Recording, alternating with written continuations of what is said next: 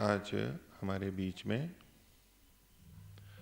श्री रतनशी भाई जी बेलानी हैं और साथ में माता जी भी हैं। माता जी नाम लीला बहन जी माता जी। तो आज का प्रसंग ये था कि आपने बड़ौदा में आप रहते हैं तो वहाँ एक नया भवन इन्होंने अपना निवास स्थान है वो बनाया। यद्यपि पहले वाला भी बहुत अच्छा था, मैं तो जब जाता हूँ तो अच्छा ही लगता है, वो भी अच्छा है। तो और अच्छा बड़ा जो भी है परिवार की दृष्टि से आपने एक और भवन बनाया है।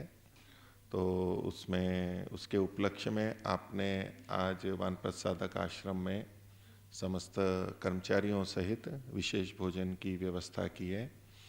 आपका दूरभाष आया कि जी भोजन करवाना है, तो मैंने कहा क्या बात है।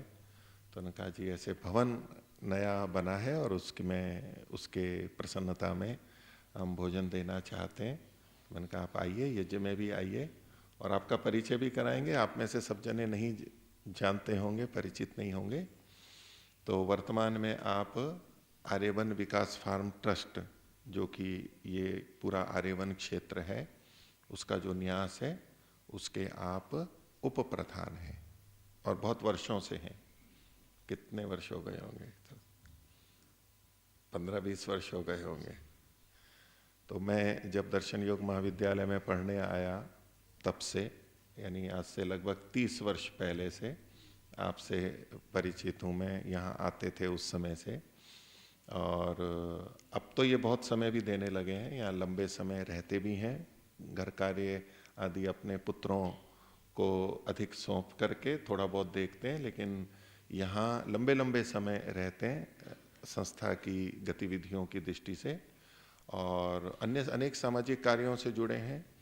गुजरात की आर्य प्रतिनिधि सभा के आप मंत्री भी रहे हैं, जो इस अभी जो हैं उनसे पहले वाला जो काल था उसमें आप पूरे गुजरात की आर्य प्रतिनिधि सभा, जो आर्य समाज की मुख्य संस्था है, उसके आप मंत्री भी रहे हैं। उस दायित्व को भी आपने किया और भी बहुत सारे संगठनात्मक कार्यों को करते हैं। अच्छे कार्यों में आर्य समाज के भी अधिकारी रहे हैं अभी। और अग्निहोत्री परिवार है आपका, तो प्रतिदिन घर पे यज्ञ होता है। जो अग्निहोत्री परिवार होते हैं, जो आचार्य ज्ञानेश्वर जी ने भी, वो तो परिवार में प्रतिदिन यज्ञ होता है और वैदिक परंपरा को स्वीकार करते हैं और हृदय से और उसके प्रचार प्रसार में लगे रहते हैं। तो मैं आज के भोजन के लिए सभी की ओर से, गुरुकुल के ब्रह्मचारियों की ओर से विशेष रूप से, क्योंकि विशेष भोजन पे सबसे अधिक प्रसन्न वही होते हैं, और बाकी सब भी जो आश्रमवासी हैं, वानप्रस्थी, सन्यासी, आचार्यगण, सबकी ओर से धन्यवाद करते हैं और आपके नवीन भवन के लिए बहुत शुभकामनाएं देते हैं। परिवार में आपके बहुत मंगल शांति रहे, समृद्धि बढ़े, सब धर्म के मार्ग पर बढ़ें, आंतरिक बाह्य दोनों समृद्धियां, संपत्तियों की वृद्धि हो, ऐसी हम सब बहुत शुभकामना करते हैं। और 2 शब्द आपसे दोनों से बोलने के लिए निवेदन करते हैं। कुछ 2 शब्द आप।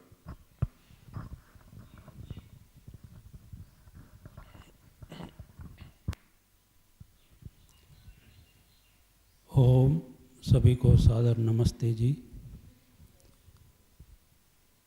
आदरणीय मुनि सत्यजित जी, आदरणीय आचार्यगण जी, आदरणीय प्रिय ब्रह्मचारीगण और वानप्रस्थ साधकगण, सभी को मेरा पुनः नमस्ते।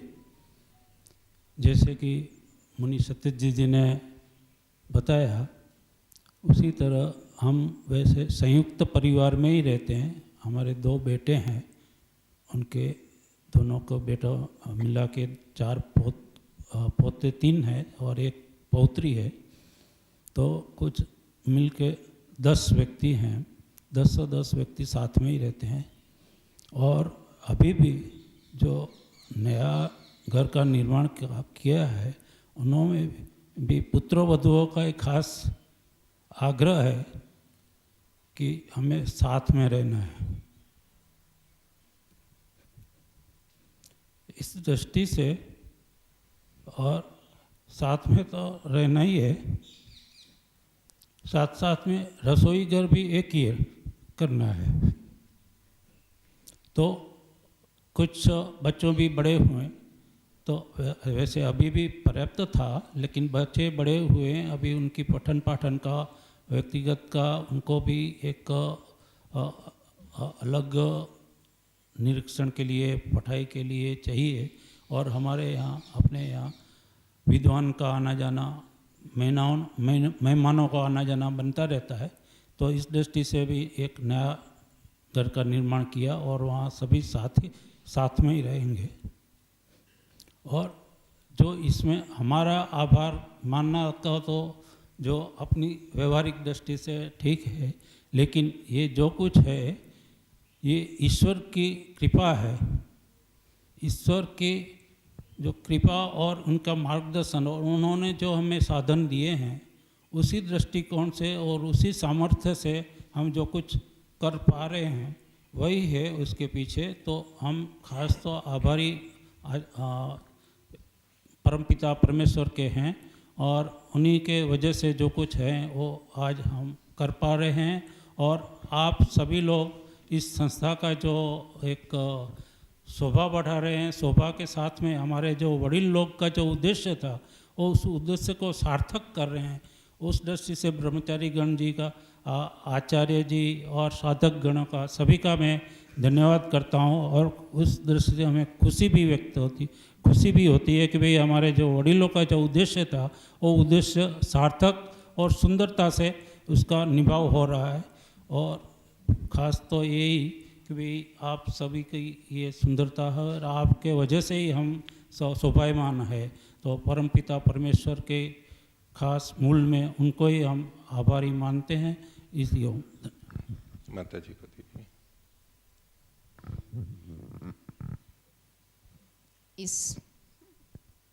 हाँ, चल रहा है। हाँ, इस पवित्र यज्ञशाला में उपस्थित माननीय श्रद्धेय आचार्य सत्यजीत जी, आचार्य कर्मवीर जी, धर्म प्रेमी सज्जनों, वंदनीय माताएं, और इस यज्ञशाला में और इस आश्रम में विद्या ग्रहण कर रहे छोटे बड़े सब ब्रह्मचारी, बहुत देखकर यहाँ यज्ञ किया, खुशी हुई।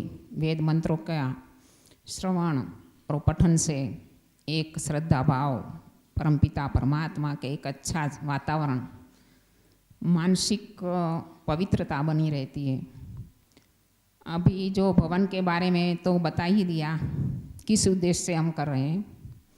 और बात कहे तो गृह प्रवेश का यज्ञ तो हम करवा रहे हैं, लेकिन यज्ञ हमारी संस्कृति का मूल आधार है। और यज्ञ का उद्देश्य क्या है? तो यज्ञ करना केवल कर्मकांड ही नहीं है। यज्ञ की पूर्णता तब होगी जब हम खिलाकर खाए, पहना कर पहने, दे कर ले। तो ये परंपरा के अनुसार। और एक मंत्र मुझे अभी स्मरण आता है कि जब हम भोजन के समय बोलते हैं मोग मन्नम विंदते अप्रचेतास, वो वाला, इसमें बताया गया है कि नार्यमणम पुष्यति नो सखायाम केवला गो भवती केवलादि। अकेला खाने वाला पाप खाता है। तो कोई भी शुभ अवसर है, कोई विशेष सुख की प्राप्ति होती है, उसी समय हम सखा, मित्र, रिश्तेदारों को तो पुष्ट करते ही। तो अर्यमाण का जो होता है मेरे हिसाब से कि विशेष हित करने वाले, जो हमारे देश धर्म जाति की रक्षा करने वाले ऐसे कार्य में लगे हुए हैं, उनको भी पुष्यति करना हमारा कर्तव्य है। तो इस कार्य की पूर्णता के लिए हमने आज के भोजन का, थोड़ा सा भोजन प्रसाद का हमारी मनोभावनाओं को पूर्ण करने के लिए आयोजन किया है। ये तो थोड़ा सा ही कुछ है, आप लोग तो कितना सारा कार्य कर रहे हैं। तो इसके लिए हमें ये थोड़ा सा प्रयास किया है। तो आप सभी का बहुत ही बहुत धन्यवाद कि आप लोग इस कार्य को आगे बढ़ा रहे हैं और आगे बढ़ाते रहेंगे भविष्य में। इति ओम शांति। धन्यवाद। मैं कुछ और परिचय और थोड़ा बोलना चाहता हूँ। एक तो मैं जब दर्शन योग में पढ़ता था उस समय दर्शन योग महाविद्यालय में आर्यवन की ओर से जो व्यवस्था थी, अभी भी भोजन आर्यवन ही करवाते हैं। वहाँ एक बोर्ड लगा रहता था कि इस साल का भोजन इस परिवार की ओर से होता है। 6 महीने 1 साल का होता था, शायद 1 साल का होता था, तो मैं गलत स्मरण नहीं कर रहा हूँगा, तो आपकी ओर से भी पूरे साल का दर्शन योग महाविद्यालय के भोजन का खर्च 1 बार या 2 बार आपने 2 बार आपने किया था। यानी पूरे साल का दर्शन योग महाविद्यालय के भोजन का खर्च 1 साल का 1 बार, फिर 1 साल का 1 बार, ऐसे 1-1 साल का दायित्व लेते थे जो यहाँ के न्यासी हैं, उनके परिवार वाले या अन्य जो भी हैं। तो तब भी वहाँ पर था। और अपने हमारे रहने के लिए गुरुकुल में, ब्रह्मचारियों के रहने के लिए भी हमारे गुरुकुल भवन में भी आपका कक्ष, वहाँ आपका सहयोग हमें प्राप्त हुआ है। वो परिवार इसे सहयोग के लिए, उसके लिए भी हम आपका धन्यवाद करते हैं। और परिचय की दृष्टि से बता रहा हूँ, गुरुकुल, कन्या गुरुकुल की आचार्य शीतल जी से आप परिचित हैं, उनके प्रवचन बीच बीच में होते हैं, तो आप उनके मामा जी हैं। आप मामा जी हैं, आप मामी जी हैं, सगे मामा जी हैं। अर्थात आपकी जो बहन है वो शीतल जी की माता जी हैं। और ये बहुत अच्छी बात है, आपने एक बात कही कि हमारी बहुएं चाहती हैं कि हम साथ रहें, नहीं तो ये होता है कि हम चाहते हैं कि साथ रहें। तो आपने जो एक बात कही कि हमारी बहुएं चाहती हैं, कई बार होता है कि जी हम चाहते हैं साथ रहें, भाई चाहते हैं साथ रहें, लेकिन बहुओं से दिक्कत लगती है। तो आपने जो बात कही ये बहुत अच्छी बात है कि बहुएं भी चाहती हैं कि बहुएं चाहती हैं कि हम एक साथ रहें। अब बच्चे बड़े होते हैं तो मकान अधिक चाहिए, फिर वो पढ़ेंगे, बड़े हो गए, अब छोटे बच्चे नहीं रहे, फिर उनके भी विवाह होंगे और बहुत सारे प्रयोजन होते हैं। तो हम परिवार के लिए, पूरे के लिए बहुत धन्यवाद करते हैं, शुभकामना करते हैं, और हम सबकी ओर से कृतज्ञता और धन्यवाद प्रकट करते हैं। बहुत बहुत धन्यवाद। नमस्ते। हाँ, और एक और प्रश्न मेरे को करना था आपसे। एक और प्रश्न करना था मेरे को कि आप दोनों को तो प्रसन्नता है ही, मैं कहूँ कि आपके जो वडील, मतलब जो पूर्वज, आपके पिताजी माताजी जो वृद्ध लोग थे जिन्होंने ये आर्यवन बनाया है या सोचा, मैं पूछूं कि वो अधिक खुश होते या आप अधिक खुश होते? वो भी अधिक खुश। नहीं, वो भी होते, लेकिन मैं ये पूछ रहा हूँ कि वो अधिक खुश होते या आप अधिक खुश हैं जो अभी गतिविधि चल रही है उनकी इच्छाओं को? उनके मुताबिक यदि वो होते तो प्रत्यक्ष होते तो ज़्यादा ही खुश होते। वो और ज़्यादा खुश होते। ये भी खुश हैं, ये भी बहुत खुश हैं, कोई कमी नहीं है। ठीक है, धन्यवाद आप दोनों का, धन्यवाद। बैठिए। और मैं नाम से परिचित, माता जी और अपने जो कल अतिथि आए हैं, आप आइए, आप आइए माता जी, आइए। आप दिल्ली से आए हैं, मैं परिचय की दृष्टि से आप ही को दूंगा, आप ही परिचय दीजिए, मैं भी अधिक परिचित, ऐसे परिचित नहीं हूँ। हाँ, इधर आ जाइए, मुख उधर ले लीजिए। हाँ, तो कल आप दोनों गुजरात भ्रमण के लिए निकले हैं, अलग अलग जगह जाएंगे, तो आए तो यहाँ आश्रम में आप आए हैं और फिर अभी गुजरात प्रस्थान करेंगे, पर मैं तो थोड़ा सा परिचय आप ही दीजिए। नमस्ते सभी को।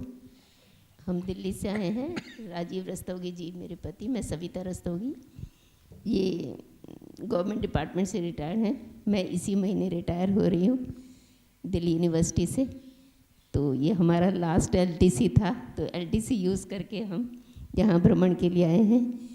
तो हमारी प्रेफरेंस ये रहती है कि हम होटलों में ना रुक के ऐसे गुरुकुलों में रहें, वहाँ के वातावरण में, और फिर दोनों पर्पज़ हमारे फुलफिल हो जाएं।